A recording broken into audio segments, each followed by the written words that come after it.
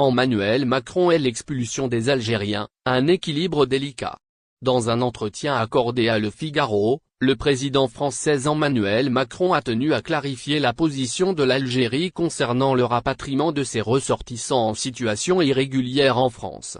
Il juge la coopération des autorités algériennes sur ce dossier acceptable en comparaison à d'autres pays voisins, contrairement aux affirmations répétées du ministre de l'Intérieur Bruno Retailleau et du Premier ministre François Bayrou, qui dénoncent un manque de coopération d'Alger. Le chef de l'État affirme que les autorités algériennes collaborent bel et bien sur ce dossier.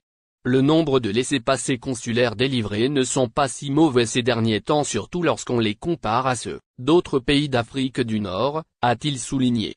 Selon Macron, 3000 laissez-passer consulaires ont été délivrés en 2024, un chiffre qu'il juge acceptable en comparaison avec d'autres pays comme le Maroc, la Tunisie et le Mali. Une déclaration qui remet en cause la version de Retailleau et Bayrou, tous deux critiques à l'égard de la gestion des expulsions. L'Algérie accusée de freiner les expulsions depuis plusieurs mois. La question des expulsions des Algériens en situation irrégulière en France est au cœur des débats politiques. Bruno Retailleau, fervent défenseur d'une politique migratoire plus stricte, accuse Alger de refuser systématiquement de délivrer les documents nécessaires au renvoi de ses citoyens. Il avait soutenu à plusieurs reprises que cette réticence rendait quasi impossible l'application des obligations de quitter le territoire français, OQTF. Même son de cloche du côté de François Bayrou, allié de Macron mais en désaccord avec lui sur ce point. Le Premier ministre a dénoncé une absence de volonté politique des pays du Maghreb pour reprendre leurs ressortissants et estime que le gouvernement français se montre trop conciliant. Une coopération algérienne, nuancée par Emmanuel Macron, en revanche, apporte un éclairage différent sur le sujet. Pour lui, l'Algérie joue le jeu, même si le nombre de laissez-passer consulaires accordés n'est pas aussi élevé que souhaité. 3000 documents délivrés en une année, selon lui, témoignent d'un certain engagement d'Alger, surtout en comparaison avec d'autres nations de la région.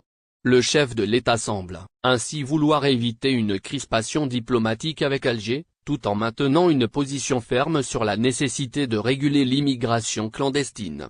Un équilibre délicat, alors que la question migratoire reste un sujet hautement inflammable en France. Chacun est dans ses compétences. L'accord de 1968, c'est le président de la République, a déclaré Macron. Et ce qu'on a acté avec le président Abdelmadjid Tebboune en 2022, c'est sa modernisation.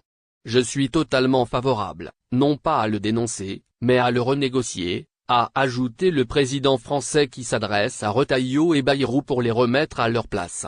Un enjeu politique majeur en France. Les déclarations contradictoires entre Macron et Retailleau ne sont pas anodines. La politique migratoire est l'un des sujets les plus sensibles du moment, notamment à l'approche des élections européennes. D'un côté, les partisans d'une ligne dure, comme Retailleau et d'autres figures de la droite, réclament des mesures plus coercitives contre les immigrés en situation irrégulière. De l'autre, Macron tente d'adopter une approche plus pragmatique, en insistant sur l'importance du dialogue avec les pays d'origine des migrants.